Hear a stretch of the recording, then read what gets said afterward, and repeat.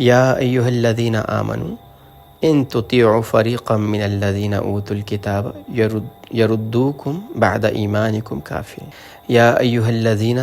آمنوا، اے وہ لوگو جو ایمان لائے ہو، ان اگر تطیعوا تم کہا مانو گے، فریقاً ایک گروہ کا، من الذین ان لوگوں میں سے جو اوت الکتاب جن کو کتاب دی گئی تھی، یردوکم تو تمہیں پھیر دیں گے،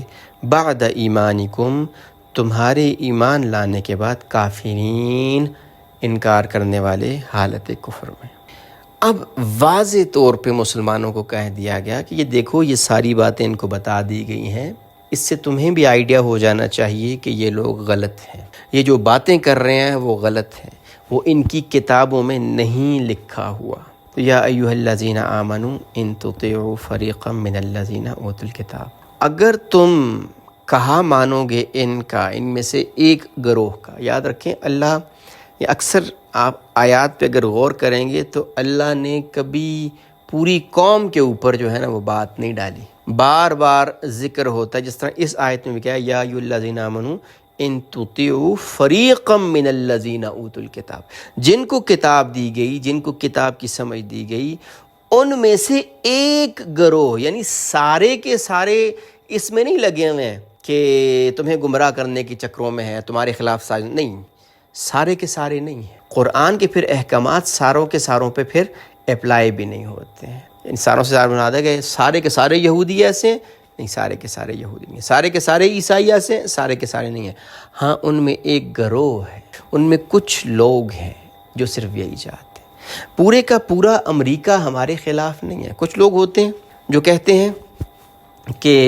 یہ جو امریکہ والے ہیں نا جی، بس یہ تو ہمارے خلاف ہیں، تم ختم کرنا چاہتے ہیں۔ اور جو لوگ امریکہ میں رہ کے آتے ہیں یا امریکہ کے اندر کہتے ہیں یار امریکہ میں تو لوگ اتنے اچھے ہیں، ان کو تو کوئی پرابلم ہی کوئی نہیں ہے، انہوں نے تو کبھی کسی کو منع نہیں کیا، وہ تو کوئی بھی کنسپریسیز نہیں کر رہے، وہ آپ کے خلاف کوئی بھی جو ہے کام نہیں کر رہے ہیں۔ دونوں غلط ہیں، دونوں گروہ غلط ہیں۔ اس لیے نہ تو سارے کے سارے امریکن پاکستان کے اوپر فوکس ہے، بس کسی طرح پاکستان کے نقشے سے ہٹا دی جائے، اور نہ ہی سارے کے سارے امریکن جو ہے وہ ہیں کہ بھئی ہمیں کیا لگے، پاکستان ادھر ہم ادھر، نہیں۔ امریکہ میں، اسرائیل میں، یورپ میں،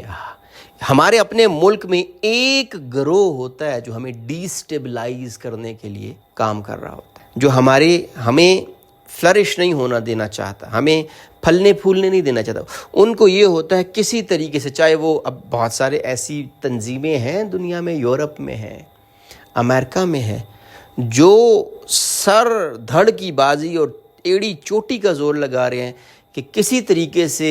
یہ جو فیملی سسٹم ہے یہ یہاں مسلمانوں میں سے ختم ہو، کسی طریقے سے مسلمانوں کو اسلام سے دور کیا جائے، کسی طریقے سے جہاد کا جو ہے وہ کانسیپٹ جو ہے وہ مسلمانوں کے ذہنوں سے ختم کر دیا جائے۔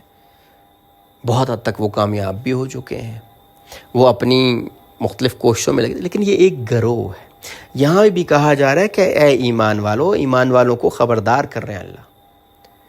کہ بھیڑ کی طرح جو ہے نا آنکھیں بند کر کے کسی کے پیچھے نہ چل پڑو۔ اللہ نے تمہیں شعور دیا ہے، اللہ نے تمہیں کتاب دی ہے، اللہ نے تمہیں شریعت دی ہے، آنکھیں کھول کے سوچ سمجھ کے اور کام کرو۔ تو اگر تم ان میں سے ایک فریق کی بات مان لو گے، ان کے پیچھے چلنا شروع ہو جائے گی، ان کی کنسپریسیز کے اوپر یہ جو شکوک و شبہات پیدا کرنا چاہتے ہیں ان کے پیچھے چلنا شروع کر دو گے، تو یہ یقیناً تمہیں واپس کفر پہ لوٹا دیں گے۔ اور ایسی بہت سارے واقعات ہیں بھی، وہ کئی مرتبہ ایسے شکوک و شبہات پیدا کرتے رہتے ہیں، ایسی چیزیں۔ کوشش یہ کریں کہ فضول قسم کی ڈسکشنز، فضول قسم کی ویڈیوز، فضول قسم کی جو ہمیں ریلیجیس لگتی ہیں،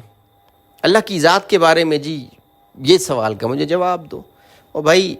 مجھے اتنا پتہ ہے یہ اللہ میرے رب ہیں، انہوں نے مجھے میرے خالق ہیں، اور میں نے اللہ کی عبادت کرنی۔ یا تو اپنے کانسیپٹس، اپنے عقائد، اپنے جو قرآن کو پڑھ کے اپنا مائنڈ اتنا کلیئر کر لو کہ کوئی بھی چیز آپ کو ہلا نہ سکے،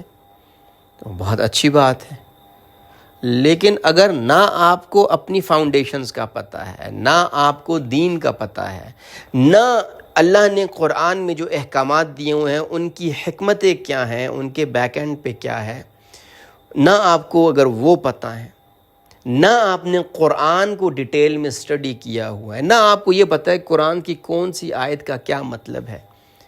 تو پھر علامے بننے کی ضرورت نہیں ہے۔ پھر جو جتنا کر رہے ہو نا، جتنا سیکھا ہے، جتنا پڑھا ہے، اس پہ چپ کر کے صحیح دین پہ عمل کرتے ہوئے آگے نکلو۔ زیادہ بحثوں میں پڑھ کے انسان خود خراب ہوتا ہے۔ تو اگر آپ مسلمانوں کو یہ کہا جا رہا ہے کہ اگر تم ان کی بات مان لو گے نا تو پھر یہ تمہیں دین پہ قائم نہیں رہنے دیں گے۔ تو سب سے پہلے اہل کتاب کی یا وہ جو کنسپریسی کر رہے ہیں، وہ جو گروہ ہے، اس کو پہچانو اور اس کی بات مت مانو۔ اگر کوئی آپ سے بات کرتا ہے، کوئی یہودی، کوئی عیسائی، کوئی بھی، تو دیکھیں اگر وہ آپ کو دین کے خلاف نہیں ہے، وہ آپ کے عقیدے پہ نہیں کر رہا تو ٹھیک ہے، اس کی چلیں بات سنیں۔ کوئی بزنس کی بات کر رہا ہے، کوئی سائنس کی بات کر رہا ہے، کوئی ٹیکنالوجی کی بات کر رہا ہے، اس میں کوئی حرج نہیں ہے۔ لیکن جب آپ کو لگے کہ ان کا مقصد کچھ اور ہے تو پھر اپنی آنکھیں کھولو اور ان کی پیروی مت کرو، ان کے پیچھے آنکھیں بند کر کے بھیڑ چاڑ کے طور پہ مت چلو۔ اللہ جل شانہ ہم کو سمجھنے کی اور عمل کی توفیق عطا فرمائے۔